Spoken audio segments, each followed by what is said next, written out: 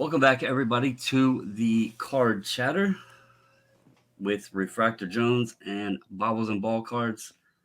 Filling in for Refractor this evening, I have a very special guest, James Gillum. Joined me last episode to fill in for Refractor tonight. I have Carlos, or better known as Because I'm Carlos. He will be filling in for Refractor, who was unable to attend this evening for us to record this Monday episode. Will be number 28. As we always like to do, we like to give a huge shout out to Mason and Mason's mission, trying to help him achieve his goals of helping others, which is an awesome thing for anybody in the world today. But a young man who's had many struggles, it's always nice to see him trying to give back and help other pediatric cancer patients and their families. Um, so, any of you out there who may have been able to help contribute to this, thank you. Really do appreciate it. So, Carlos, thank you, sir, for hopping on and filling in. I thought you would be a good guest this evening since I am coming out of a show and you are about to enter a show. We always like to start off with a little, what I like to call water cooler talk. Got a lot of sports going on right now. Beautiful time of year. Football is in full swing. Basketball is kicking or tipping off, I guess. Congrats. We'll start off. Congrats. I am a Nationals fan, but I will swallow my pride. Congrats to the Philadelphia Phillies for advancing to the World Series. Me and Carlos were kind of talking about that earlier. What did you say? It was like 100 and how many years? I think the Philadelphia Phillies history. By the way, thank you for having me. I appreciate it. And Refractor Jones will be happy to know that I do have a Ken Griffey Jr. gold refractor that I have nearby here in honor of Refractor Jones, so that he is with us in spirit. Oh yes, Refractor Carlos has his gold refractor set he is working on there in your honor. So you would be very appreciative, sir. Yes, absolutely. And we've got the Ken Griffey Jr. here, which is certainly a worthy card to have as part of that. Yes, we will get into Griffey in a bit. Absolutely. But no, thank you for having me. And yes, basically the Phillies have basically a 100-year history, 140 I think year history. And best case scenario, if everything plays out, obviously they're in the World Series now, so I agree. Congratulations to them. But yeah, if they're successful, that would be their third World Series in about 140 years, which means they're marginally better than the Chicago Cubs, who also have three World Series in about 140 years. Yeah, I don't know if that shows it's hard to win a World Series in baseball, or I mean, you got to give them credit to be teams for 140 years first off. But Absolutely. uh, man, if they win 3 and 140, you have to give respect to the fans. The true fans that stick and ride or die. Mm-hmm. The really Philadelphia sports in general. I mean, none of them have really been championship teams, really, if you think about it. Well, the So, Eagles had to break a run of not winning a championship when they right. won that Super Bowl, so they needed that. If we're being realistic about it, I'm actually going to argue that even if they are successful in this endeavor, and it's not an easy task because the potential other team on the other side is actually quite good. Whether we like them or not, they're actually quite good. And I'm thinking probably not the Yankees. Not impossible, not No, it's impossible, not but impossible. 3-0 down. I have seen that lead blown by the Yankees. I have seen that lead blown. So it is possible in theory. But if we assume that this plays out the way it looks like it may play out, it would be a Houston Philadelphia World Series, at which point it's a 106 win team taking on an 87 win team. Quite the discrepancy. If they're able to overcome that, congratulations to them if they are able to do that. If they succeed in this endeavor, then they are, like I said, I think I think they're still behind the Chicago Cubs, to be honest with you, because the Cubs did win two World Series in the 1900s and the early 1900s, and Philly didn't win until 1980. So they almost existed 100 years before winning one. So it's actually not very good. It's still not Yeah, very good. However you want to slice this, it's not good. yeah. It'll be interesting to see how it plays out. Again, even you mentioned the potential opponent. I think even if the Yankees go, they're a good opponent, and Yeah, throw in the fact if they do overcome the deficit, that would mean they're on a very good hot streak sure. and rolling into play. Plus you would also have to take into account if the Yankees were to come back, that means Philly's going to be sitting for a little bit, maybe cool off a little bit. Mhm. So it would again also play into, the Yankees' hand if that's a scenario I happens. could be But wrong, but I think they've already scheduled Game One of the World Series. I think it's scheduled for Friday. I believe Game One of the World Series is scheduled to be for Friday, regardless of whomever should win. Or I guess unless there's like a major comeback, because I thought I saw scheduling for the World Series already for the Game One.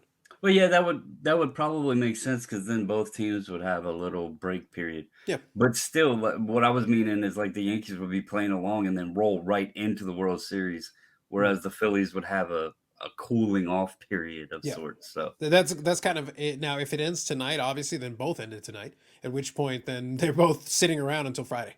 So right. it'd be quite a Um, bit of a wait for them to get going let's see on if I that. have any. I don't know. I haven't seen any update on that game yet. Oh, it's delayed. So the Yankees game is delayed tonight. It was supposed to start at 7:07. I was gonna say I hadn't seen anything, but right now it's under a delay, so Mm. that's why we don't have any score update there. Let's talk a little bit of football. I know you were not happy today, but we will run down some scores. Obviously, Thursday night, teams actually figured out how to play football. There was a Saints Cardinals game that Hmm. was 42-34 instead of like 9-6. Well, I got a So bit of that on the Thursday stream. I did. I got a bit of that because I was making fun of the Thursday games being so historically terrible, and then I go, "Oh, I guess they heard you. That they finally decided to learn how to score." It's like, well, you're welcome, NFL, for the yeah, I mean, $1 billion that Amazon is paying for this. You're welcome that I was able to finally bring a decent game to you. yeah. So they're the two clunkers for the previous 2 weeks. This one, I think the Cardinals might have outscored all four teams that played the previous two Thursdays. They were That's kind of legitimately crazy. terrible. They were truly, legitimately terrible games. But that's part of the reason you talk about how I'm not super happy. As a Packers fan, this is not. I, Oh, I it's can't. a I can't act it's an surprised. interesting week. I It's can't an act interesting surprised to week. be honest. But here's the thing: the Packers still have, I think, 3 or 4 primetime games remaining on the schedule. So people around the country will be subjected to this at least 3 or 4 times before the end of the year. Well, my team, obviously Baltimore, they took it right down to the wire again. They did win though, Mm-hmm. 23-20. We beat the Browns. Now, many folks might say, "Yeah, but the Browns suck." As a Ravens fan, I will tell you, I never count the Browns out. I don't care if Brady Quinn is the quarterback or Baker Mayfield. I don't care who is at quarterback. That is always a tough matchup because obviously, if you're not aware, the Ravens used to be the Cleveland Browns, and those teams hate each other. So, for some reason, Cleveland always comes in and plays us very, very well. It's a hell of a game, but 23-20 there. We did not blow it in the final 2 minutes this time. We actually played all 60 minutes, so that was pretty impressive. What do you think on this one? Hmm. And I want to be clear, I am just running down. So Carlos would be able to probably give more insight to the games. I was at the show today, which we'll discuss later, but Sure. I'm going off the scores here. Mm-hmm. Panthers, Bucks. Now, neither team is good. Like No. Panthers are now 2-5, Buccaneers are 3-4. Mm-hmm. But 21-3? Mm-hmm. And I know you're gonna love this because you're such a huge Tom Brady fan, but the Panthers? Yep. 21, and they traded Christian McCaffrey. Mm-hmm. They traded Christian McCaffrey and beat the Buccaneers 21 to. Let me pull some give me your thoughts. I'm going to pull some I'm going to tell stats you that up. Brady. I'm going to tell you that Brady's stat line won't look as terrible as you would think.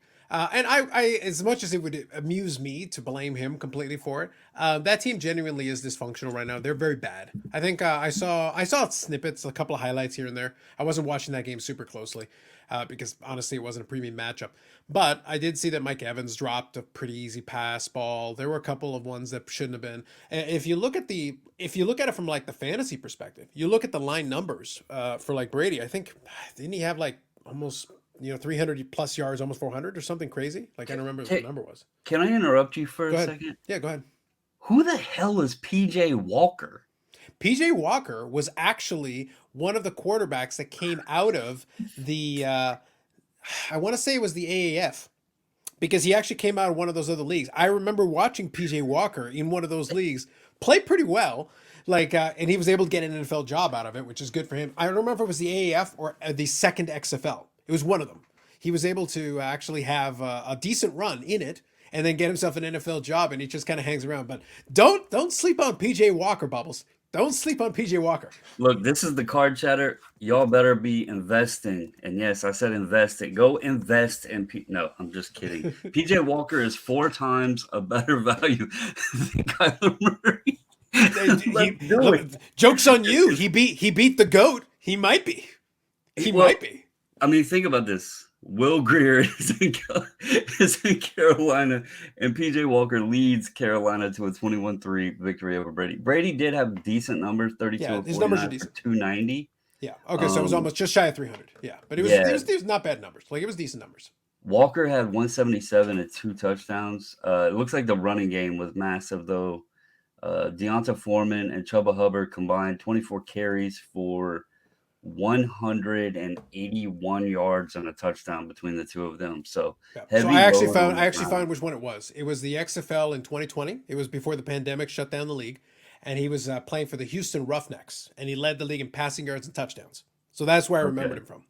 He actually was playing pretty decent. The reason I asked that is because when I clicked on this game, and again, for clarity, I did not get to watch these games, and I hadn't looked into details of them.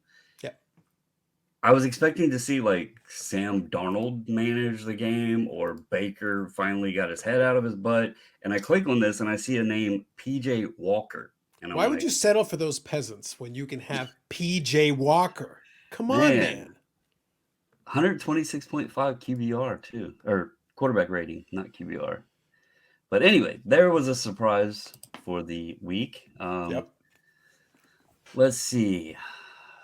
A lot of the guys that people were looking at, like, oh, do the old guys still have something in them? It's like there were struggles. The struggles are real right now, very real. Yeah, that was a clear one that I didn't expect to see that on the score sheet. Bengals over the Falcons. That's not too surprising. 35-17. Dallas over Detroit. Not too surprising. 24-6.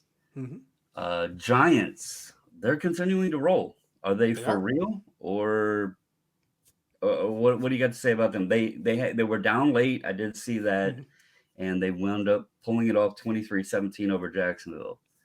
6-1 now?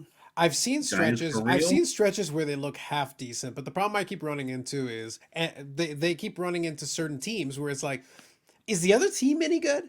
It's like you look at it's Jacksonville, and it's like, oh, but they did. It's like they beat. It's like, yeah, but the Jets also beat the Packers. Before you even stop, let me stop you right there. The Jets also beat the Packers, and the Packers also just lost to the Commanders. So are we sure the Packers are any good? Yeah, but I'll talk about it more when you get to it. But my point that I'm trying to get at is there is some opposition that I would question that the Giants have played. Have they played some half decent? They've had moments where they've played some half decent football. Saquon is playing pretty decently, so that's a thing. Daniel Jones has been able. Daniel Jones has these little tiny flashes of brilliance where he'll like, okay, he's a pretty decent quarterback, but then you'll also see him do something weird and disastrous, and you'll be like, so is he any good or not? I think he's a half decent quarterback. I just don't know if he's a great one, but if the team around him can work with him, I don't see any reason why they can't be. But I don't know if 6-1 is if 6-1 actually makes sense, but yet here we are. That is the way the season has played out. Well, the next game here, Tennessee 19, Colts 10. This one's an interesting one. Colts get Matt Ryan. Mm-hmm. You'd say that's a pretty good upgrade over what they had. And they're sitting here now 3-1. And I'm looking at this stat sheet asking, why is Jonathan Taylor only running the ball 10 times? Now, he had a monstrous season last year. On the other side of the other team, you had Henry running 30 times for 120 yards. Is this a scenario where Matt Ryan comes in and the Colts game plan then goes pass and they forget that they have Jonathan Taylor in the backfield? And is that some of what is maybe not clicking for them? It's possible. Whenever you got a quarterback with any cachet, it's very because here Matt Ryan is a weird situation. And this could be in its own conversation, its own spin-off podcast, I assure you. Listen, I have a lot to say about the 28-3 Super Bowl year with Matt Ryan. I have a lot to Oh say about yeah. that year, but not today. But not today. I will spare you all. The point is, Matt Ryan is this weird situation where he also has these moments of brilliance. He was an MVP. He legit, and he played like one at Hmm. one point. But if you look at him statistically, but when it's all said and done, if I take away all context and I just tell you, okay, go look up Matt Ryan's career stats, what you're going to find is a guy who's right up there amongst the all timers in terms of passing yards and even touchdowns and things. And you're like, oh, he must be really great. And then you go look at his actual record and success, and you're like, oh, he's not really great. No, not so much. But does he have a name? Yes. Does he have accolades? Yes. Like, he's a former MVP. Like, you can never take that away from him. He is a one-time former MVP. But Well, it gets he had difficult to some like judge him going forward. he had some great guys catching the ball for him He too. did. I But mean, that let's not forget football that. is a team game. But Yep. this has always been my argument. A great quarterback can do a lot of things. A great quarterback with a great supporting cast becomes borderline unbeatable. That's the Hmm. combination. Now, a great quarterback can enhance certain things. If you're lacking in certain areas, they can cover a lot of your warts. But there are very few miracle workers. There are guys who you look at them a certain way until suddenly they go over the hump. Until he won a Super Bowl, was Peyton Manning a great quarterback? Yes, he was. Yeah, he just couldn't get over the hump. Correct. He had So kryptonite. Yep. and then suddenly he won a Super Bowl. And like, okay, so now the narrative changes on him a little bit. But then he was in another Super Bowl that he probably should have won, but he didn't. And then he gets to another Super Bowl and gets demolished. And then he goes to a last one where now he's a shell of his former self. He no longer can carry a franchise the way he had been able to do in the past. He didn't have any gas left in the tank, but he wins that fourth Super Bowl. So he's a two-time Super Bowl champion. So here's the question: so do we take away from his greatness because when the time came, that second Super Bowl, he wasn't the guy. He wasn't the dude. He wasn't really the MVP. He couldn't carry that team at all. But he had two other Super Bowls that probably he should have performed a little better in. And if he had that, he could be a four-time Super Bowl champion. 4-0 puts him in a completely different conversation with all his other accolades versus a Right. guy who was 2-2, which by the way is still excellent. That's still very difficult to do, to be clear. And no one questions his greatness. We all understand he was an all-time great. And when it's all said and done, we look at it in totality, we say, he was great. Of course he was great. But in the moment, people were like, oh, well, can he win the big one? Are we sure he can win Yeah, the big one?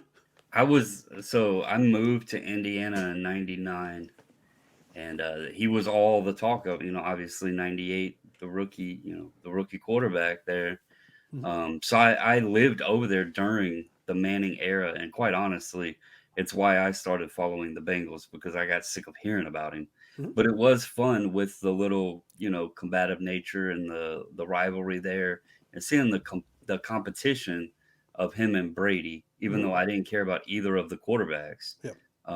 it was fun to watch, and Yep. being from that area and seeing all the hype and everything else, it was pretty cool. Yep. Next game, I'm gonna skip this one Mhm. just to save Okay. you. You mentioned the Jets. Okay. Yes. You mentioned the Jets. Yes. The Jets are 5-2. Hmm. They're 5-2.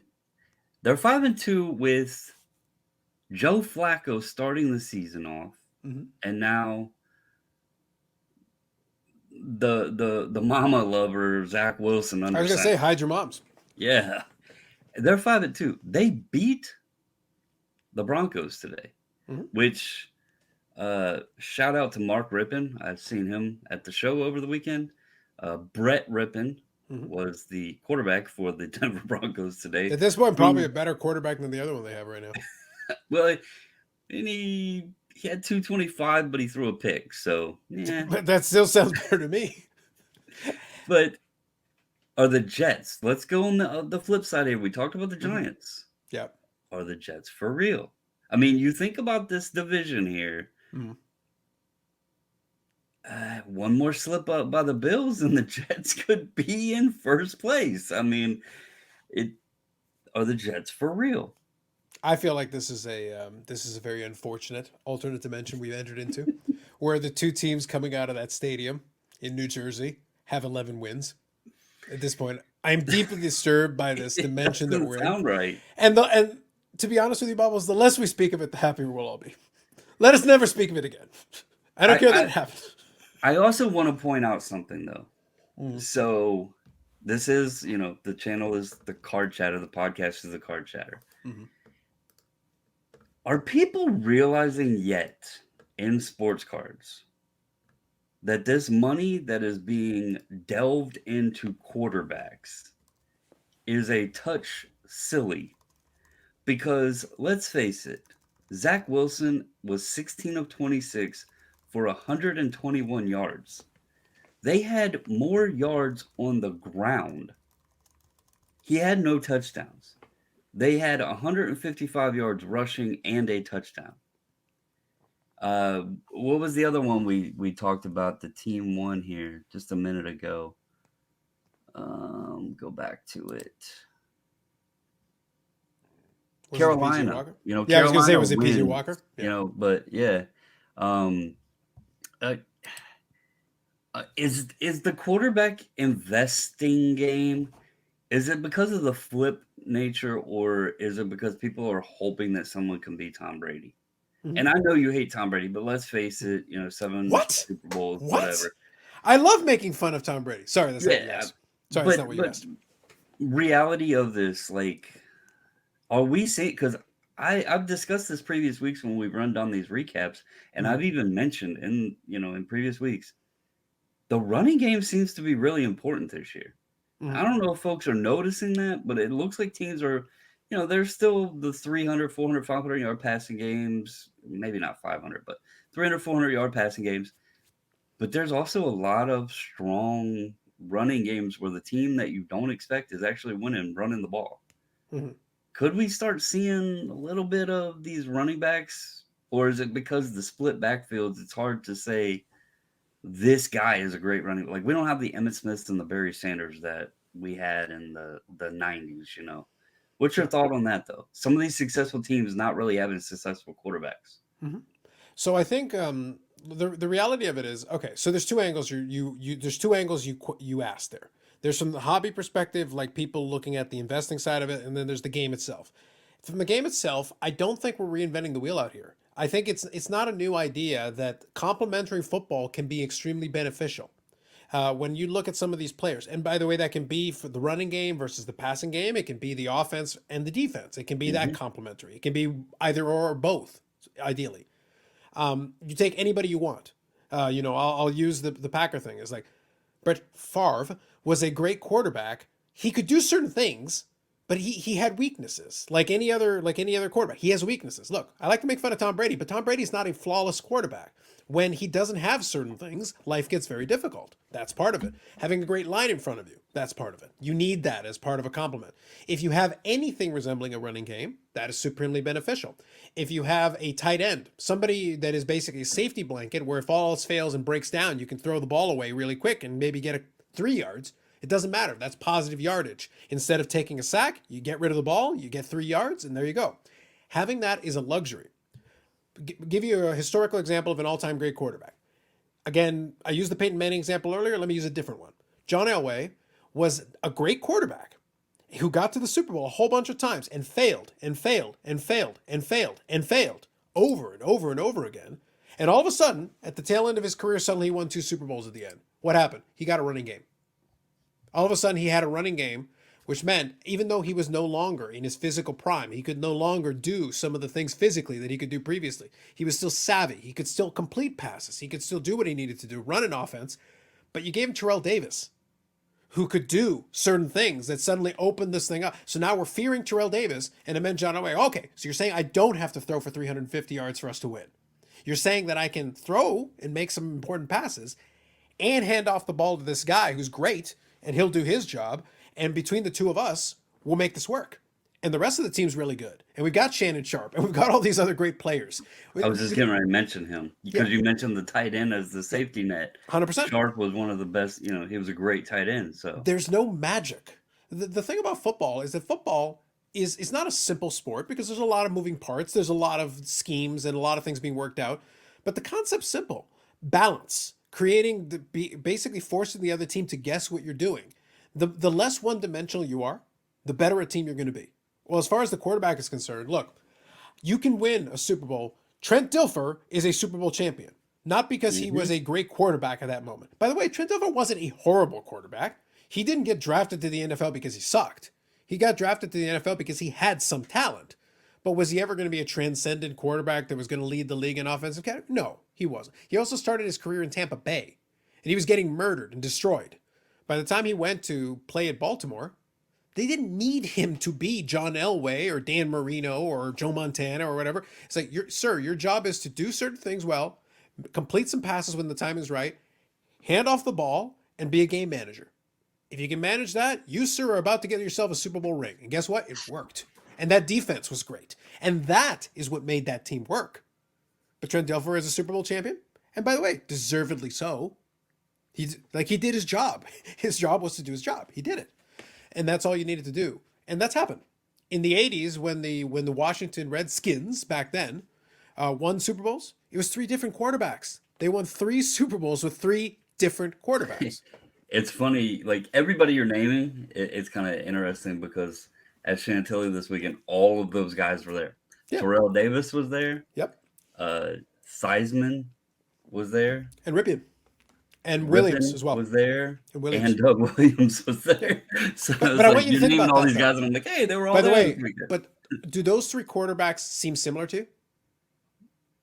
Stylistically, they were different. They had different things they could do, but each one of them was able to lead a team to a Super Bowl because the structure of the team was set up in such a way where, like, we're going to do what you can do. You need to do this in order for us to be successful.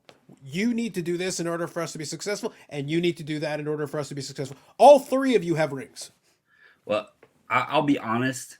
Seeing the running game becoming more important in football again excites me because I miss the balanced offenses coupled with a strong, decent defense as being a formula for a successful team. I do miss that. I hate the throw, and it being the only thing, and it's a flag or you can't touch the guy or whatever. I don't like that. I like the team game, the balance game. Now I know for entertainment purposes they want the deep ball and all this other stuff, They like but to air it out. going to the next game, Mhm. two bad teams, but 38-20 victory for the Vegas Raiders Mhm. over the Houston Texans. Yep. Vegas goes to 2-4. Another example, running game. Vegas actually put up 164 yards rushing and 3 touchdowns. Jacobs had 143 and 3 touchdowns. Another example where the ball was being ran on the ground. Mhm. Another game. This one, this is interesting. But another example. Seahawks. They moved to 4-3. No Russ Wilson, but they beat the Chargers, the Justin Herbert led Chargers, 37-23. Geno, he had 210, 2 touchdowns, and a pick. Kenneth Walker the third rushed for 168 and 2 touchdowns. Mhm. The Seahawks had 214 and 2 touchdowns on the ground. Another example where a team is utilizing the running game. By the Now, way, if you're a Herbert owner, you're not feeling good about any of this stuff. I That, have from a hobby perspective, that's a guy who I'm sure they were hoping would take a leap forward, kind of like what happened with Joe Burrow in Cincinnati, where it was luck. It was the right time, right place. They ran the table. But from, like, if you're a speculator, Herbert is one of your other guys. These that you're looking at from that kind of similar draft class and everything that you'd like to see them start actually winning games. so I'll say this, and this is just coming from an outside perspective because I don't believe in putting the money into these young guys, and I'm not crapping on anybody out there that's doing so. But I had one question from the beginning. The Mhm. kid puts up decent numbers, but when you watch these games, you hear all these announcers, oh, what a beautiful pass. Oh, what a sharp pass. Oh, this kid's unbelievable. Blah, blah, blah. It's like hyping him up, right? Mhm. But the question I had, and you're right, it took a little bit of luck, but Joe Burrow came back from a pretty significant knee injury. He did. Yep. Came back, and he orchestrated that team in a very tough division. The Ravens don't have the old Ravens defense, but they still are pretty solid this year, not maybe quite as much. But they still have a solid defense, a solid team. You have the Steelers in there. They're making some adjustments too, but a solid team. It's normally a competitive division. They not only got to the playoffs as the Bengals, but they made it to the Super Bowl. They did. Yep. You have Burrow sitting there with Jamar Chase and my mind just went blank. The other wide receiver, was it Higgins? T. Higgins? I have to think about it. I think that sounds right. I think it's Higgins and Jamar Chase. My mind went blank a minute, but he has targets. Mhm. You had Herbert drafted into a solid squad. Like, legit, Herbert comes in and he's handed a gift. I've always questioned why people are putting all this money in these first round draft picks. You know why that, or not first round, but number one, top 5 draft picks, right? Yep. I've always asked the question because why did those teams have the first 5 picks? Because they're bad teams. Yeah. And then these teams get, they draft these quarterbacks and people start throwing money at these number 1 picks, number 2 picks, what have you. And I'm like, do you think they're a magician that they're going to make this terrible team great? Likelihood is not. It doesn't normally happen. Herbert actually got drafted into a solid team. Like, I would say he got handed the best team of the bunch, but he's yet to make the playoffs. Yep. You're putting all this money into a guy that was allegedly NFL ready, drafted on a great team, but he can't even make the playoffs. And he's put up decent numbers. Like, in fairness, he has put up decent numbers. But let's be honest. What's a Phillip Rivers card go for? I mean, Phillip Rivers had great numbers, but he had no success. Mhm. And he was on the same squad, the Chargers team. You're basically getting another guy that I could see his future play out as hell of a career number, nothing to show for. Mike And he Trout, also did play that 1 year in Indy. NFL player. He also did finish his career in Indy. He what? Phillip Rivers. He also did finish his career in Indy. Well, He was the Matt Ryan replacement guy. Hey, he had a half decent season, all things considered. Look, at least he went out on a half decent season. It's Indy. Indy is Indy. They tried their best. I mean, the Chargers are 4-3 now. I'm not saying they're out of it this year, but this is his 3rd season. Yep.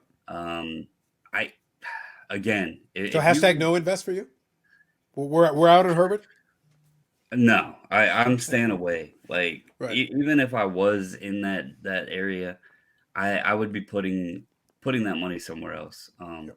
Even as a Ravens fan, and I know the Bengals came out weak. They started off a little slow. I think Burrow would be the smarter place to put your money. I think he's got a solid team around him. He's already made it to the Super Bowl. I think he could be, the better choice. Or Josh Allen. I mean, the AFC is loaded, though. They are. The AFC is very loaded. Stacked. So that's right. Let me grab that delivery. I will be right back. All right. So who do we have left? I've kind of jumped around here. We have Kansas City. They smoked the 49ers 44-23. They did. Yep. Mahomes had a great game there. Let's see. Am I missing any? I don't want to leave anybody out. I don't want to get yelled at for you didn't mention my team here. Well, if you want, we can talk about the Packers one. I assume you were saving that one. Oh, I was saving that one because I did not want. I figured. Like, I didn't want you to have to go through that torture. No, here's the thing. Bubbles, you got this all wrong. I enjoy complaining about my team. It is one of the great joys of my existence because some of it is very, very, very predictable. So, like, I'm not angry about it. I'm not upset about it. I can't be. And like every team, if you follow certain teams, most people have like their signature losses.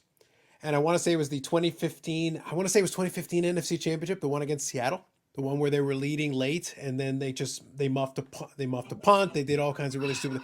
After that, I cannot possibly get angry. Like they should have gone to the Super Bowl that year. It was incredibly stupid. So a regular season loss, honestly, is not going to do a damn thing to me. So I'm looking at this game. I have it pulled up here, and again, I'm behind the details on this. Mm-hmm. Now, the first thing I live just outside of DC, Yep. and this is going to sound funny.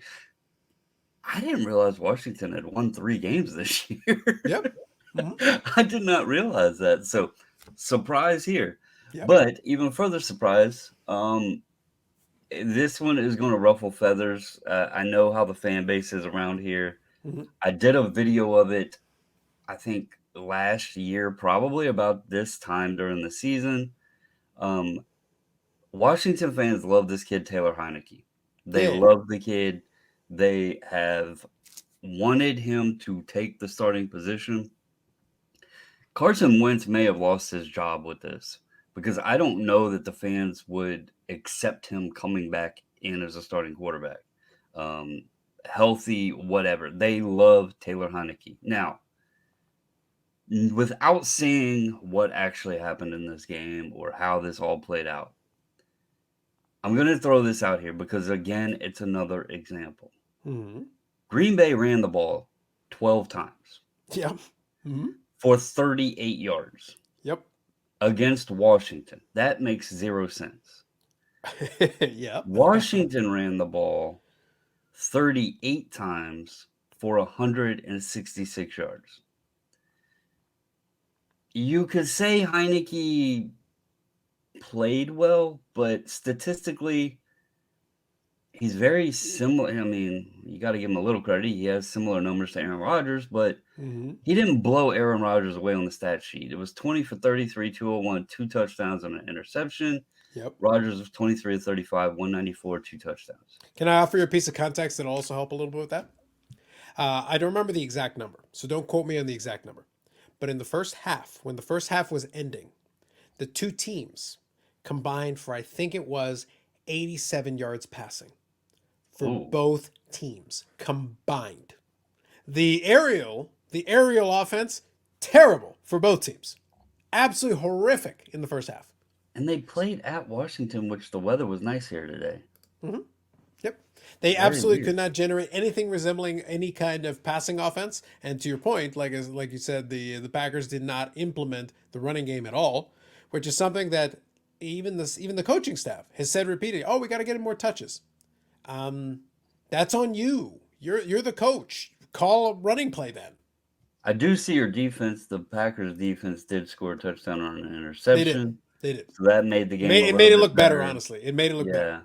Yeah. Okay. That makes a little bit more sense now. Because I was like, how is this even working with the play? Because what I'm seeing here is 12 rushes, 35 pass attempts, 47 total offensive plays there.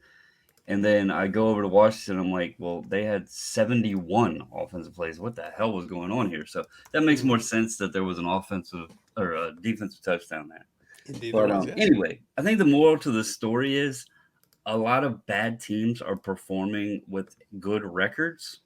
Mhm. A lot of teams that are having some success are finding out running the ball, whether it's running, 5 different running backs in a game and splitting the pie a bit or having a strong back that can just take over. I think the Colts maybe should try feeding Jonathan Taylor a little bit instead of letting Matt Ryan throw.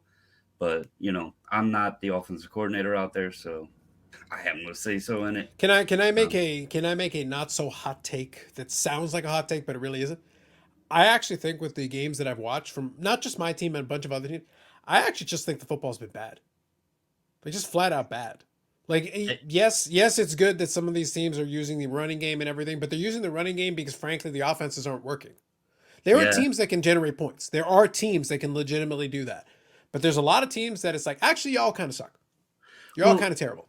and I don't want to take anything away from this guy because I honestly, you knew way more about him than I did. Mhm. But when you have a quarterback come in named, what was it, PJ Walker? Come a on, team the that trades PJ Walker. on a team that trades away arguably their best player with Christian McCaffrey, Mm-hmm. and they beat the Tom Brady led Buccaneers 21-3. That throws a lot of question marks about the football that's being played out there right now. Look, what it tells me is that PJ Walker is a better quarterback than Tom Brady. Is what it tells me. We'll see how his future holds, but congrats to Mr. Walker. He can officially say that he has defeated the infamous GOAT of Tom Brady. Look, Tom Brady has never led the XFL in passing yards and touchdowns ever in his career, and PJ Walker has. He's He done does that. have that on his resume. He does.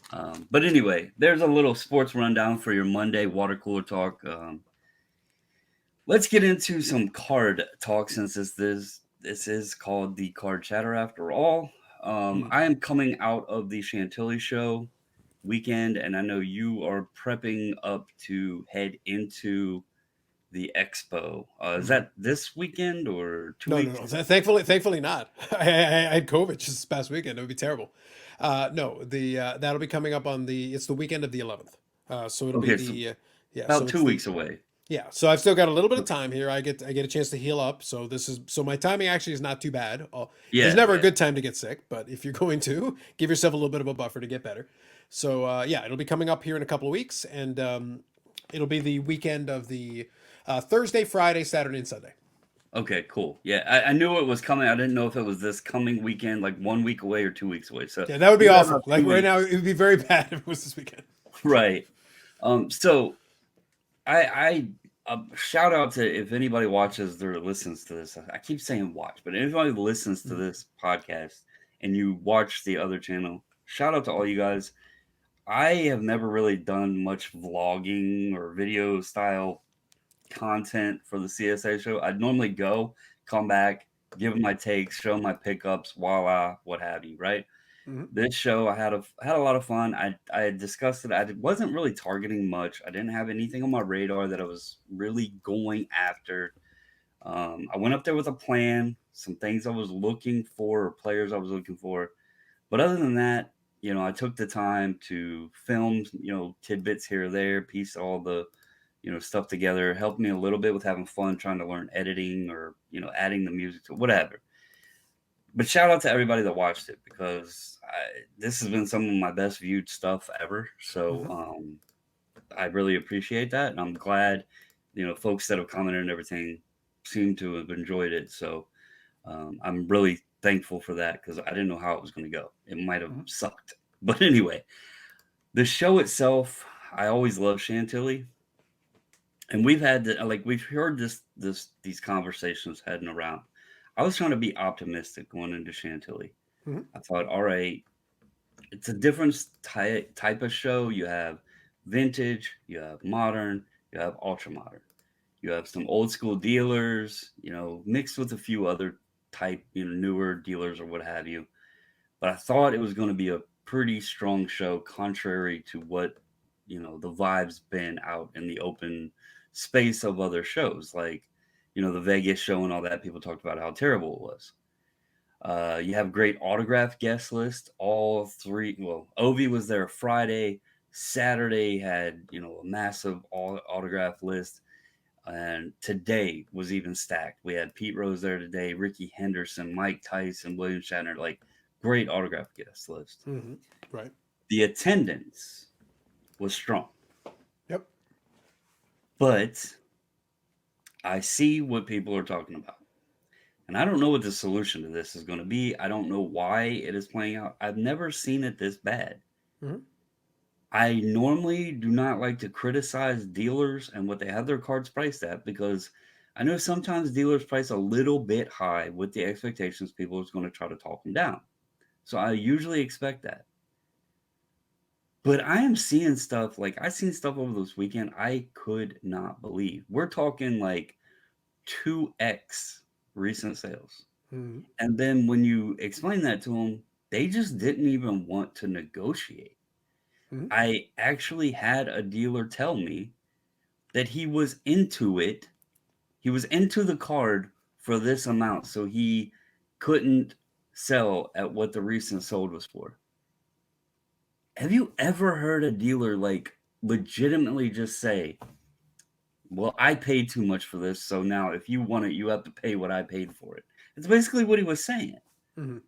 Well, I I haven't mean, heard it phrased that way, but I've definitely heard one say that I have more into it than what's it been going for, so I can't come down on price or whatever. I have heard that a few times, but it's my response is very similar, kind of to what the response that you put on the Discord when you talked about it, and that is effectively, and this is maybe the best way I would explain it. I'm I'm very much I've explained it as being laissez-faire when it comes to a lot of things in the hobby, meaning I believe that's a separate conversation, a separate podcast. But the economic concept of laissez-faire, there are flaws to it, to be clear. I do believe, though, in the hobby, laissez-faire does work to a certain degree. The idea of the invisible hand, the idea of if you allow things to just happen, they will reach their equilibrium. Or people will go broke, at which point they'll reach their equilibrium. So, like, the end result will still be the same. I'm a big proponent of it, I'm a big fan of it. I don't care if somebody goes broke because they paid too much and can't sell it for enough. That isn't my problem. It is not remotely. What I lack in compassion, I make up for in a lack of compassion. I just don't have it in me because you're the one operating a quote unquote business. So it means if you overpaid, it means you anticipated it would just keep going up and up and up. Well, you guessed wrong. That's really unfortunate. But if you are a dealer though who is doing this not as a weekend warrior, you're doing this on a regular basis. Well, sometimes you're going to have to eat it. If your goal is to continue to make money going forward, you can't just sit here with this items that are gathering dust and you can't get your money back and you don't have any more money to buy anything else. Well, buy better going forward. That's my answer to you. So maybe you're going to have to sell some of these things at a loss. Just take your loss and use the money to buy something else at the current price point that makes more sense and then sell that for a profit. And then slowly chip your way back up to success or, get yourself back to even or whatever the situation is for you as a dealer. Yeah, and I think what surprised me the most was it wasn't just like ultra modern cards that this was Mm-hmm. happening with. Like, Yep. so to be frank, I went in hunting 90s inserts of Ken Griffey Jr., Barry Bonds, Emmett Smith, Shaq, those type of guys. Mm-hmm.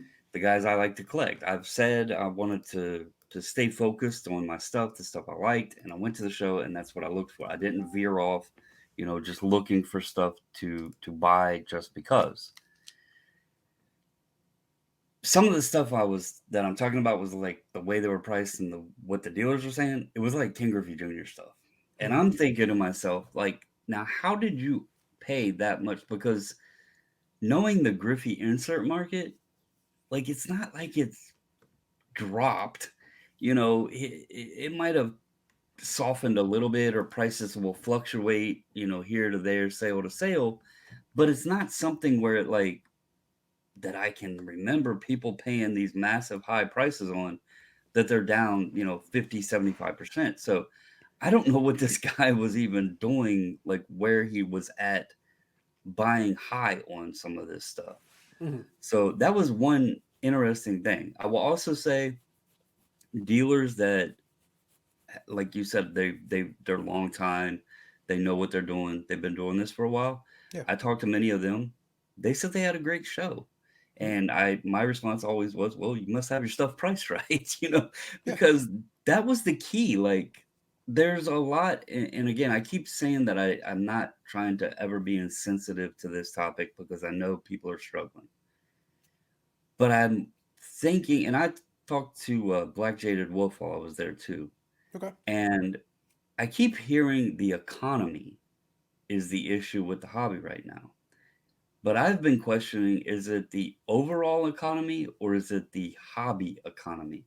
Did things get so far out of whack with the buzz craze, with the pandemic going on, with the hype movement, all of that stuff, that people have lost so much that the hobby economy is struggling really bad? People are struggling to find these cards that are going to increase rapidly to where they can flip them for a quick buck. Mm-hmm. So that end of the expendable income scale is lower versus how much of it is the actual overall economy. And again, I know some people use income to purchase cards and everything. Others fund the hobby off the hobby. Yeah. Um, the reason that it was very interesting to me with it is, again, the attendance was there. The show was well attended. Mm-hmm. And I kept hearing, and you hear it in other videos, the key ingredient is not that people don't have money to buy cards. They're just not going to overpay. Like, if they're seeing stuff sell at a lower price, they're not going to pay a dealer at a show, 1.5 to 2x just because the card is in front of them, they're going to then say, okay, fine, I'll just go on eBay and buy it off there, or ComC or PWCC or wherever, Correct. Yeah. instead of paying you because you spent more on this card and now the price has changed. And I kind of brought it up too. Like, dealers are now wanting to, I don't know if punish is the word, but they're wanting to get out of what they spent on it because the card has went down. But if that card had went the opposite direction, they would not have cared what they spent on it. They wouldn't have priced it at, oh, well, I paid $200 for this. You can have it for $200. No, they would be pricing it at the current, market value of the card, not what they paid into it. So it's very interesting to see one shift, they want this price, the other shift, they would want the other price. So I think they just need to open up and realize either you're taking everything back home with you, or you can come to a card show to sell and make money. So, This is my favorite economic fallacy that exists in the world. And you mentioned that you talked to Black Shaded Wolf, who is a very good dealer, who does a lot of business and does a lot of stuff. And I understand the perception. Like, it's not a ridiculous notion. Like, I'm not gonna, and to be clear, I never want to downplay economic factors because they're real. They're part of the equation. They have to be part of the equation. Less disposable income equals less money in the system. Less money in the system equals that it's harder to move things. That is always going to be part of the game. It has there's to a be. lot of fear induced. Absolutely. And the emotional component of it, I've tried to touch on it in videos in my channel over time, but maybe it's about time that maybe we have to maybe I have to do a couple more videos talking about this piece again and kind of explain it in a different way. Because from time to time, I feel like every year or two, feel like I have to go back to the well and explain it again in a different way. But the key here is, though, one very important thing, and that is the economic excuse. And it is an excuse. It is a crock. And the reason it's a crock is because it is a factor. Yes, it will always be a factor. It has to be a factor. When money's flush, it's easy. Stuff, oh yeah, just throw money at stuff and like whatever. This is all disposable income stuff. So the less disposable income we have, the harder it is to make some of these decisions. That does not mean the consumer will not buy anything. Because if the consumer did not buy anything, then the economics factors would be completely different anyway. It would have been different before. It would be different now. It would be all of it. Look, during the Great Depression, people made money. That is the most extreme example. And to this point, I don't know about you, I haven't seen any bread lines yet. And honestly, I don't think I will. Like, it would take a lot to get us to the point of bread lines. I'm not seeing it. Well, And not to interrupt, but something I mentioned though, like with it all, because and this like was really eye-opening to me. If it was economy, if it's like solely based on economy of why things are like softening a bit, yeah, why was there so many people paying for autographs? that's my point. Paying for In a nutshell, pictures, this is like, my point. My point is that the people are literally telling you that, yes, our belts are tighter. I have less discretionary income, but that means I'm simply going to be more selective of how I use my discretionary income that I have left. It means I have less, so it means I have to be pickier. I am more price conscious as a consumer. That is what it means. It means that you can't rip me off on this. It means if you're trying to squeeze me for every last dime, the likelihood is I'm not going to give you business. It's actually very simple. It's surprisingly simple. It does not mean that no one will. Look, and I'll give you a silly example. Niche product, niche genre, niche everything. Niche, niche, niche. I have fun collecting my wrestling cards and all that and stuff. And one of the products that came out for Panini is Impeccable. Impeccable's $800 a box. That stuff's expensive. It's not cheap at all. Well, guess what? People are buying that crap. Yep. Now, are they paying as much as they would have a year and a half ago? No, they are not. But does that mean they're not buying it at all? No, this stuff's selling. It sells. I promise you it does. At the price point that is appropriate given where the marketplace is today and what people are willing and still able to purchase it for, the characters and people that they like, they will still buy. That is the reason why we'll look at these auctions. PWCC will do its auction. Somebody spent $1 million on something. Why? Because they don't care about $1 million. They have that money. There is money in the system. But the dealers need to understand you're not getting a piece of that if you don't price it based on today's pricing. We have to look at what today's pricing is. And if you are willing to go to that price point, Well, that's what. There's a good chance that I will take some money out of my wallet and give it to you. I, you know, I went to the bank, took cash out. I had cash with me. I was looking to buy cards, but I had to walk away from stuff I normally, I would have bought if it was the right price. In fact, the one guy had 7 Griffies. I offered to buy them all from him. I offered him more, the recent sales totaled up to 305. He argued that one of his cards was in a better shape than the one that sold. I said, "Okay, fine.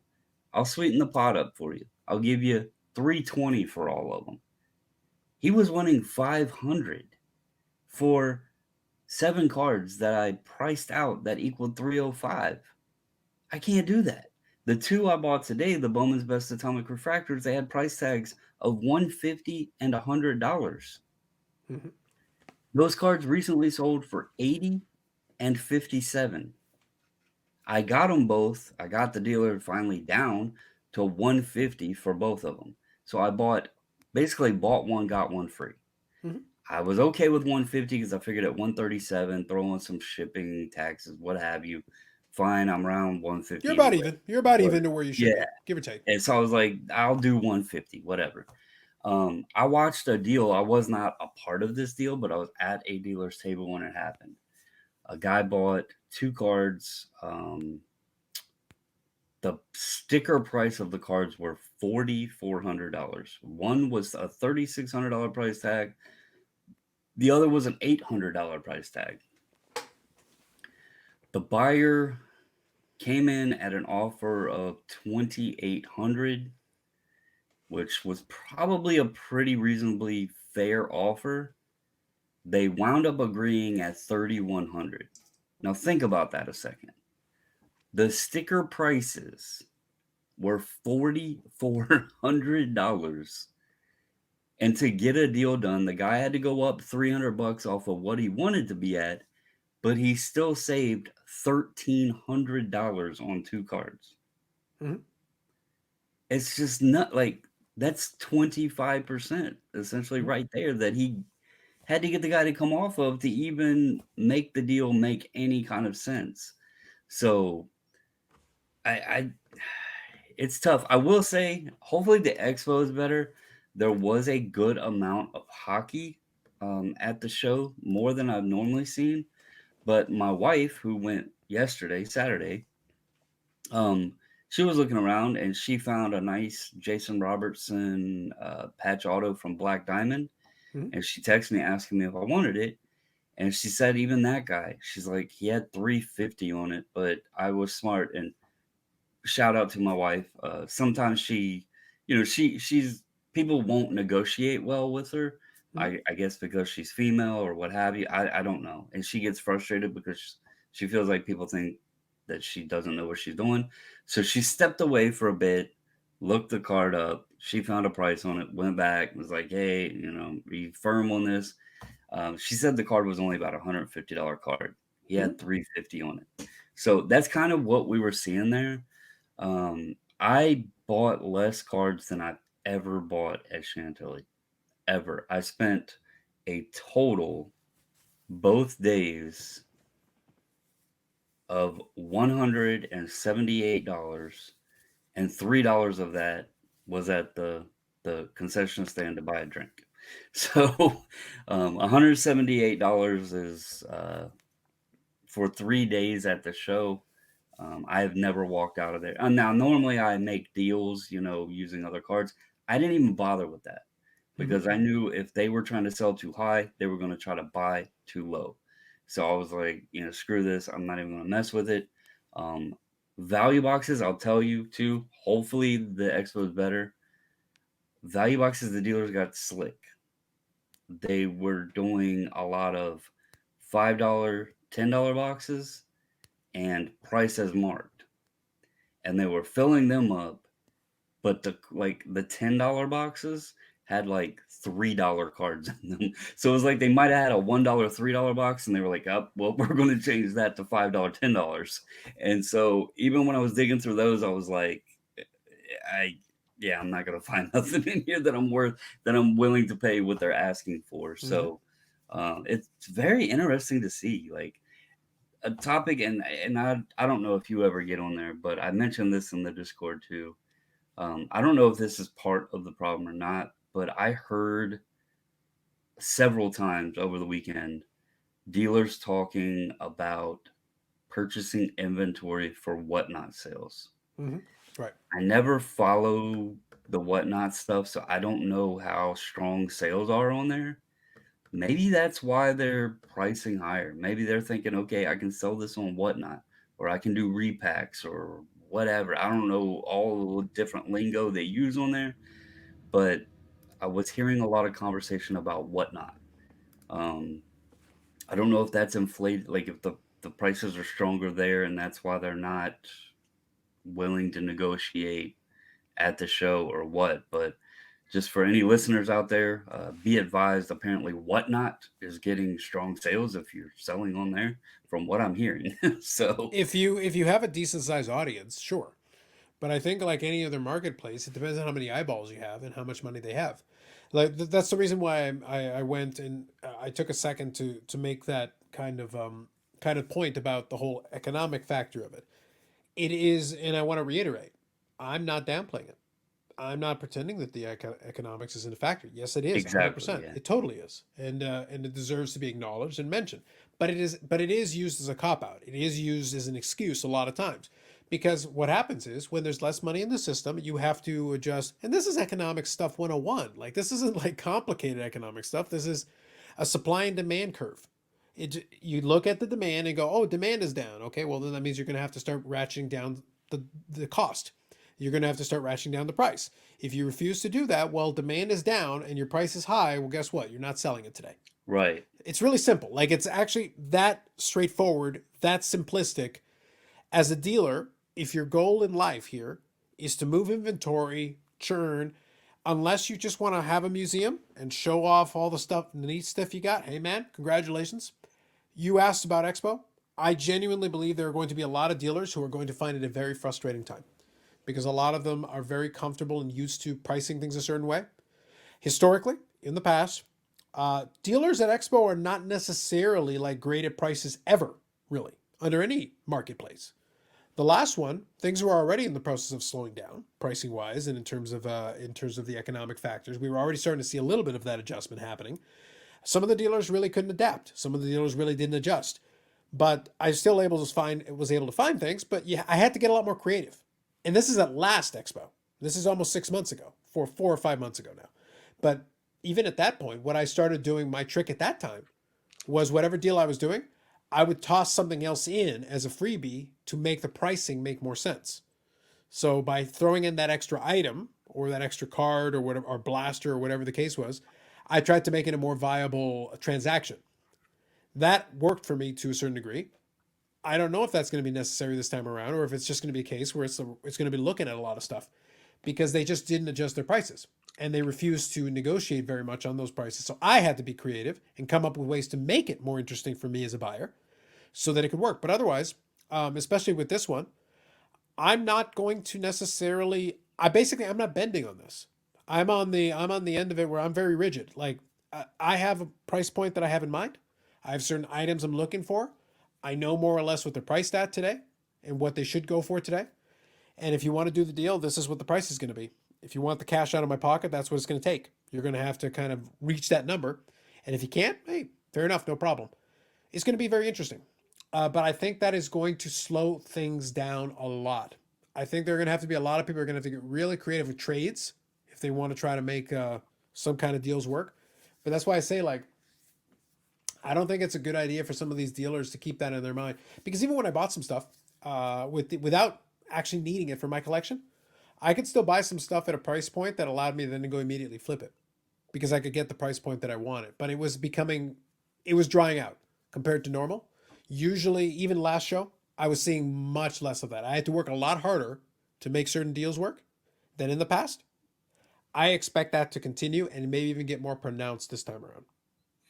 yeah. And I want to be clear too. I stayed very focused on what I was looking for. Um, there might have been opportunity or better price stuff. There was very little of what I was looking for. I'll tell you now, I seen hardly any Barry Bonds. I've seen hardly any Emmett Smith, and very, very, very few Ken Griffey's.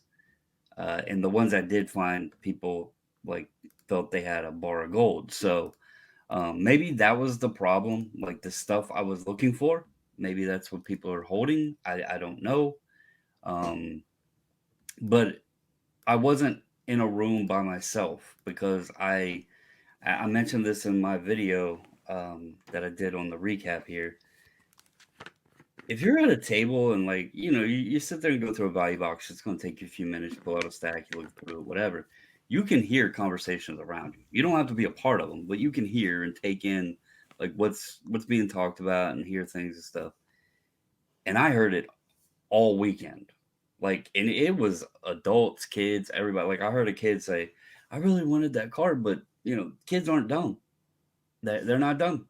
They're looking, they're checking their comps too, And he was like, "But I can't pay that." He was talking to his dad or mom, whoever, and it was a kid, and he was like, "I really wanted it, but he wouldn't come off his price, and I'm not paying that." And I'm like, "Well, even the kids are suffering."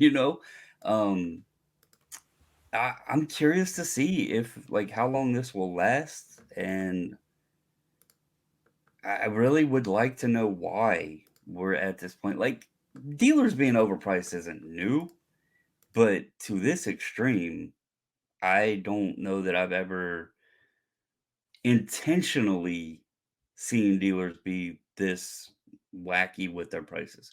If there's a guy that accidentally had his card price 2x and he was like, "Oh, I didn't realize that. I hadn't looked it up in a while," and then they negotiate with you and give you a better deal. Okay, fine. That happens. But these guys are legit intentionally pricing high. Mhm. So I don't know. I'm curious to hear. I guess Dallas will be coming up soon. You guys Yeah, have the Dallas, I think, is the next expo. one. The expo, I'm really curious. I want to hear the thoughts from all you guys going to the expo because hockey in general seems to be uh, a more realistic market, I guess you would say, with values. Like it doesn't fluctuate as bad as other sports, and I also feel it has a more stronger collector base. Mhm. Maybe not than baseball, but definitely football and basketball. So maybe those guys will be a little bit more realistic, but I'm curious to hear. No, So I'm predicting for some of these dealers pain. That's what I'm predicting. Now, to your point, I think it's a more realistic market because we move slower. right, You're not convincing most hockey collectors to go run for the new hotness just because. right. There is prospecting. There is interest in that. That is part of the game. That will always be part of the game. But they'll look at it and go like, okay, so this is what the price point is. There are certain items that will go for premium prices, deservedly so, and that makes sense and it's completely good. But there's still in hockey, I would say, a very strong player contingent. There is still a strong player collector contingent of folks that will chase after some of this stuff. And the folks that are doing that are very passionate. They're very well versed in the marketplace for their players and their card prices and stuff like that. I've been in that game a long time now, a couple of decades. Uh, but outside of that, you're just not getting the same amount of hype. So the prices didn't explode to the same degree. But there are delusional dealers, 100%, and there's some of them like I said. That's why I gave the analogy in the last expo. Things were starting to slow down a little bit. They weren't as slow as they are now. But you had some people who just were stubbornly hanging on. They were clinging on to that price, and they just didn't want to move. They didn't want to trade. That was 5 6 months ago. They didn't want to adjust on price 5 6 months ago. I So don't your expect that last to have gotten one better. was the last expo like May, June? It was May, yeah, May June, Okay. yeah. Because see, Chantilly was in June, right before going into the national. And maybe it was just what I played in that show, but I had a very good time, like hunting the dollar boxes and stuff at that Mhm. show. Then leading into going to the national. This time, I mean, for those out there, if you're listening, Monday morning on this, thank you. Um, I only bought 3 cards for myself. I bought 3 cards for myself, and then I bought a stack of, gosh, I'll get roasted for this, but there was just a stack there, and it made too much sense to say no. It was a stack of Star Wars Galaxy, the Chrome Star Wars Galaxy stuff, Mhm. and there I asked the guy because they weren't even in sleeves, but I asked him, I was like, how much are these a piece? And he was like, take the whole stack for 20 bucks. Well, I'm sitting there looking and there's a bunch of refractors in it, and I'm like, okay, sold, because it was like, I know for a fact I could get, probably $3 minimum on these refractors, and there was 20 of them there. So I was like, well, I already have the set. So, this is something I can chip away at, you know, sell and make a little bit of money off of it. But, Yeah. and he like didn't even look at, he was just like, anything in that box, take the whole stack for 20 bucks. And I'm like, okay, cool. But yeah, I bought 3 cards for myself. I don't know. The next Chantilly show, like I'm gonna be in the space where you are right now between expos, because the next Chantilly show won't be till like March. So I'm gonna have about 5 months until that one. Um, I don't know if maybe I might try to make a trip to like Philly or something like that to see what one of those are, or just like, let's see if things settle over the next 5 6 months and go into the beginning of the year and the new show year. Maybe check out some local shows, see if the local dealers are a little bit more reasonable. I don't know. It's a weird time. Um, I can't wait to see what the Expo's like. I talked to Big Scott. Shout out to him. He was there Friday and Saturday. We both said we want to come and attend the Expo at some point. So Mhm. maybe that's something we can coordinate and plan out at make our way up there, because we both like hockey, obviously. So, um, Well, the but fall one is and going to be the real litmus test because this usually the fall one is the better of the two shows. But I that, but I told him y'all said something about the spring versus the fall or yeah, something the like fall the that. fall is the better of the two shows traditionally Okay, because I knew you we're said in something hockey about season. that. We're in hockey season. Like just logically, Right, there has been a lack of product, which has hurt. right. I mentioned just in my in my little niche there. Apparently, the AEW product is going to come out just before that, so presumably we're finally on the cusp of getting it. Um, I don't want to be overly pessimistic. That's not really something necessary. I like to be kind of even keel. My preference is to be kind of in the middle. The reason why though I'm saying I am dubious is that I don't think a lot of these dealers are going to adjust until they really start to bleed. And bleeding means they're sitting on the inventory. They paid money to travel to get there, to pay for the tables. These are not $20 tables. They're not ridiculous. They're not thousands and thousands and thousands and thousands of dollars to get a table, but it's not cheap. And if you're setting up as a national dealer from the other side of the country, from the West Coast or whatever, you have to travel. You have to pay for all that. You have to carry your inventory. If you're sitting there and you're not selling a damn thing, and then you're paying for the cost of cost of accommodation, the cost of eating out, and doing all those things, and you're not making any money, at a certain point, it's like, well, how long are you willing to bleed? How much blood do you have to give before you just accept reality and start making that adjustment? I've just seen some of these dealers that seem to be particularly stubborn on it. We'll see. Um, as a buyer, I'm going to be very picky, so the money's not coming out of my pocket until you show me what I want to see. To specify, just because I'm curious, Yeah. now when you're talking about the dealers, I know there's other sports there but hockey, Mhm. outside of hockey. Yeah, yeah. Are you referring to the hockey dealers? Because I I'm don't referring to know everybody. many things that they I'm would have. referring to everybody. So what, like on that basis, because maybe I'm just missing it. I'm trying to think of like what's taken huge losses on the hockey side. It's not about taking huge losses. The thing is that the dollars didn't go up that much, but some of these dealers got very used to having a certain margin on things. And there was a lack of product. So even the dealers last time, when there wasn't a certain amount of product, they didn't want to move on their prices. They were being stubborn about it. And I Okay. actually don't think there was an issue where they had overpaid necessarily. They were just stubborn. They were stubbornly clinging on to their profit margins. And this time around, it's like, okay, well, the market hasn't improved. It hasn't gotten better. So even though you might not be that far off, you might still have to scale it back. So you were hesitant with better profit margins last time around. Well, now your profit margins haven't improved. The likelihood is your profit margins have gotten worse. So now, will you just eat it? Are you willing to go break even or maybe tiny profit and just take it and accept it and rebuy in the reset landscape? Or are you going to sit there and just be stubborn? Some of these dealers are particularly stubborn. They've been like that. Some of them have been like that for years. They've always been stubborn. So it's they've always been like pulling teeth. Like I said, I noticed last expo, I was already having trouble with a lot of dealers getting them to move off their pricing 5, 6 months ago. So let me ask you this, and I know shout out, give you a plug here for your Mhm. PSA Canada podcast. Sure. So Brad does a great job there with the PSA Canada subs. Mhm. Um, And we'll and be so having a lot of fun with that. And we'll be having a lot of fun with that this fall.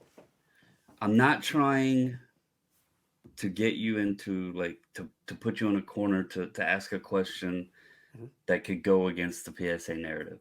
Oh, I'll ask Peter SGCP to what he thinks as well. Go ahead. No, this isn't like even. I guess it is a PSA specific question though. Sure. Go ahead. So we're hearing the economy being blamed, Mhm. but let's also look at the timing of when a lot of things shifted. Could we actually be seeing some of this because of the amount of subs that started hitting back in people's hands, the costs that were associated with some of those subs, and then as you mentioned earlier, the supply demand thing. Obviously, when a ton of PSA slabs are coming back to people, tons are going to be hitting the market. We know when a bunch is available, the prices are going to decline. But then on the flip side of that, you have dealers who have spent a ton of money on their grading Mhm. costs. Could this be some of where not only the market's soft, but these dealers are struggling because they might have been throwing these bills on credit cards or something like that, and they're trying to figure out how in the hell they're going to pay them. So Mhm. now they're hoping that the consumer is going to pay a little bit more for some of these cards to Mhm. help them sweeten the deal on paying their credit card bills. Could that be more of it than what we're actually hearing? Because we all knew once that backlog started clearing out, where was all that stuff going? It was Mhm. going into the marketplace. Sure. People were going to have these bills. I mean, PSA charges after they're done, those bills were going to be landing in folks' laps. So, that's something that you don't hear a lot about, but it's made me wonder, Mhm. is it I like to call it the hobby economy, Yeah. essentially. Like we have kind of two different economies here. The actual real world Yeah. economy, Day to day economics. Yeah. right? And then the hobby economy. I really think the hobby economy is what's struggling the most. I think it's a fair question, but I'll speak to regional difference. Our backlog was done like a year ago. Well, yours, yeah. I'm Yeah, talking but overall. no, I get you. Overall. But I can speak to like ours. By the time I was at the last show, there was no backlog. You could submit stuff and expect it to be returned within like everybody on this side of the border who submitted their stuff already had their stuff back, had already paid for it. It was done. It was over. So So you're we, speaking in terms that's not an excuse for a yeah, lot of the no. expo For dealers. for the expo dealers at that Okay. point, like, look, you're into it, whatever you're into it, man. And your stuff's back, and if you can sell it, you can sell it. If you can't sell it, you can't sell it. It is what it is. So they've had Could that plenty have of been time why to the adjust. timing? I mean, could they still been trying to recoup some of that? I mean, it's just something I've had thinking because, I mean, we know some of these folks sent a ton of stuff and then didn't think about Yeah, the end game of it. yeah, You were gonna have this massive bill sitting there, and then you got all these cards that, well, guess what? Everybody else sent in too, and that doesn't play well. yeah. But So part of the reason that the backlog here did finish earlier was because the stuff they sent made more sense. Number one, and number two, the stuff they sent, they were pickier about it. They sat back and said, so there was a backlog, to be clear, but and once it hit in this big grouping, and their last big group lot I want to say it was. I want to say, I think Brad and those guys had like 150,000 cards come in over a weekend. Like it was a big, like, just imagine 150,000 cards in Right. PSA slabs in boxes and boxes. Just try to envision it in your mind. It's craziness if you think about it. But now also think about it. Our population is 1/10 the size of you guys in the States. So if you want to put it into perspective, that maybe it'll be easier for you. Imagine in your mind, you try to take in, okay, you were waiting for something, and now all of a sudden you got 1.5 million slabs sitting in front of you. Right. What Right. the hell are you going to do with that? Oh, trust me, I know. Like when we get our orders back, they're not even anywhere close to that. Yeah, And like the undertaking, me and the yeah, missus has to get through them. The only good news is PSA has those sequential cert numbers, so I'm sure it yeah. helps It helps with the sorting. sorting and everything. Absolutely. Yeah, because we don't. We have to actually sort everything. Yeah. So I think the biggest deterrent on this side was that a lot of these dealers became very acclimated. A lot of these dealers that do Expo have been doing Expo for 10, 15, 20 years. They're so they're just used to veteran doing dealers, they're yeah. just you but they're also used to doing business a certain way, in the sense that their stubbornness is built into their core. I've had arguments with dealers going back 20 years that I still argue with them about their price, and they struggled with it 20 years ago. They struggled with it 15 years ago, 10 years ago, 5 years ago, 6 months ago. It's always an issue with them. They managed to scrape by. They've managed, but it's one of those things where some of these, where the question is going to be on the younger dealers, who, yes, hockey is the predominant sport here. If you're buying and dealing in hockey, you're probably okay, because you probably weren't buying at a ridiculous price, so you're probably not taking a bath on a lot of this stuff relatively. Kind of your point, your point that you were getting at. But the problem is a lot of these new dealers also delve into basketball, also delve into football, also delve into some baseball, but they do it with a bunch of prospecting, and they have taken a bath. Right, So right, because hockey for its boringness, its stability, because it didn't do like this. It didn't suddenly shoot up like that.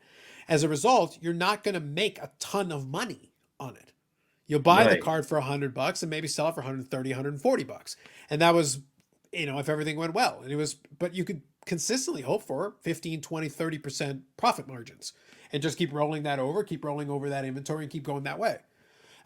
It's boring, but it gets the job done and is profitable. If you're able to keep it going over time, like, that's a profitable business model. Hey, I love buying hockey, opening hockey, selling hockey. I think it's a an easier and more fun space to navigate as well, because I mean, we'll take for example, and I am so happy at myself on this, but if you navigate it right, just like any other sport, and you're on a guy early that everybody's overlooking, there's opportunity there. Now, Yeah. Upper Deck, I'll give them a pass, but they hurt me because had I had been able to obtain all of the Jason Robertsons and flowed through on that, and then people realized how good he was, holy crap, the amount of stuff I'd be sitting on right now. But there is opportunity there. It's fun. The sport itself is great, but Yeah, but yeah, you I'm see, but I'm here's the very thing: curious. the upper deck guys, and I know a few of them, would argue back at you. So, well, you should have bought 30 of them, and then the profit you would have made on the ones that you did buy, the ones that were available that you could have picked up, then you would have been able to get that other card. Oh, the Young Guns, Yeah, the Young because they, Guns and because stuff like that because that I was they, buying. yeah, because they were Yeah, still because there were still cards available that were available in that cheaper price point. But again, right. you have to be willing to commit, because it's to your point. The fact that it didn't go into normal scheduling threw off a lot of things for a lot of folks. It wasn't just you; it threw off a ton of folks in terms I of that actually prospecting. so when I was buying him very early on, he's one guy that I did buy duplicates and multiples of. Yeah, But there wasn't a lot available because I was so early on him. yeah, Like the EPAC foils and stuff, there was only two on eBay. I bought them mhm, both, yeah, at that time. yeah. The French, the Young Guns French, all of them that were on eBay, I bought them. So I was on him early and I was buying the stuff that there was there. But then as time went on, obviously, people caught on, or Yeah. then I started buying like the PMGs, or like looking for autos of him and stuff like that. So, Mhm. but again, he started doing his thing. People caught on. Product got delayed. Choices were more limited, and that was the story of the tale there. But Anyway, just a quick update. We are about the hour and a half mark, and it's getting a little later, so I'm gonna have to edit this and everything. Mhm. Uh, but to throw an update out there, 3-0 series lead for Houston. The game did start. Bottom of the first, the Yankees have 3 hits, and currently they have 2 men on with 2 outs, but a 2-run lead. It is 2-0 Yankees. So we'll have to see how this game plays out. But right now, the Yanks are fighting, and they've scored 2 more runs than they did all of last game. So, and they have one. They have more hits than they had last game. So they're getting to a decent start in this one. I know you're a Jays fan and could care less. With this combination of teams, yes. All I've got is my hatred of the Yankees to fuel me, and it's like Houston. Right. Can you both lose? Right. Yeah. Is Listen, there any ties in baseball? given the options we've got, Bubbles, given the options we've got, I would be a very big advocate of let's just not award it to any of these teams. Let's just give it to Tampa Bay because it'll be funny. Yeah. Like, does anyone really care if we give it to Tampa Bay? Can we just give it to Tampa Bay? Hey, Why not? I give Tampa mad credit. I mean, they have one of the lowest payrolls in baseball, and And they they build a good still are team. Build a competitive. good Yeah, team. Look, and they're I still would like to give them competitive. I would like to award them the World Series trophy if for nothing else than their ingenuity. I think they deserve it. Give it to them. Yeah. So, Carlos, I do appreciate you filling in. I'm sure Refractor will be very appreciative. Enjoyed the conversation as always. Really eager to hear. I guess do you know, is Dallas between now and the Expo? I can't remember if I it's will just tell you. I'm one pretty weekend sure it or what. is. Let me see right now. Dallas Card Show. I Yeah, believe it let's. is. That's my recollection. Let's see what we're looking at here. We're looking at November 3rd to 6th. So right Yep. So before we'll have Expo. The that. very Yep. week before Expo. Right. So we'll have Halloween next weekend. Well, Halloween weekend, whatever. Then we'll have Dallas and then the Expo. So let's see how it goes. Oh, We by the got way, 3 here's a minutes. good one. I didn't see this until just now. Apparently for the November 3rd to 6th show, they've got autograph guests. Obviously, a ton of Dallas Cowboys. Ton of Dallas Cowboys. Shock of no one. Nobody's shocked. But they've got Marty Turco as the Dallas Star representative on the autograph guest category. But on the Expo, we got Modano. So take that. Oh, Oh, we got a much better. We got the better Dallas Star for the Toronto Expo. So take that. Take that, Dallas. but again, man, I do appreciate you filling in. Great conversations. Fun with the football. Sorry about your Packers. Yeah. We'll have to hit the guys up that are going to Dallas, see their vibes. That'll give you another indicator going into the That'll be Expo. that'll be our last one right before you. Yeah, and then you'll get to go in there and have some fun, and we'll have to see how the Expo goes. But Sounds good. um, I do appreciate it. To all the listeners out there, thank you, and hope you enjoy the show, and I hope your Monday starts great. So, Carlos, once again, appreciate it. Refractor, hope everything's going well, sir, and hope everybody has a wonderful day. Thanks.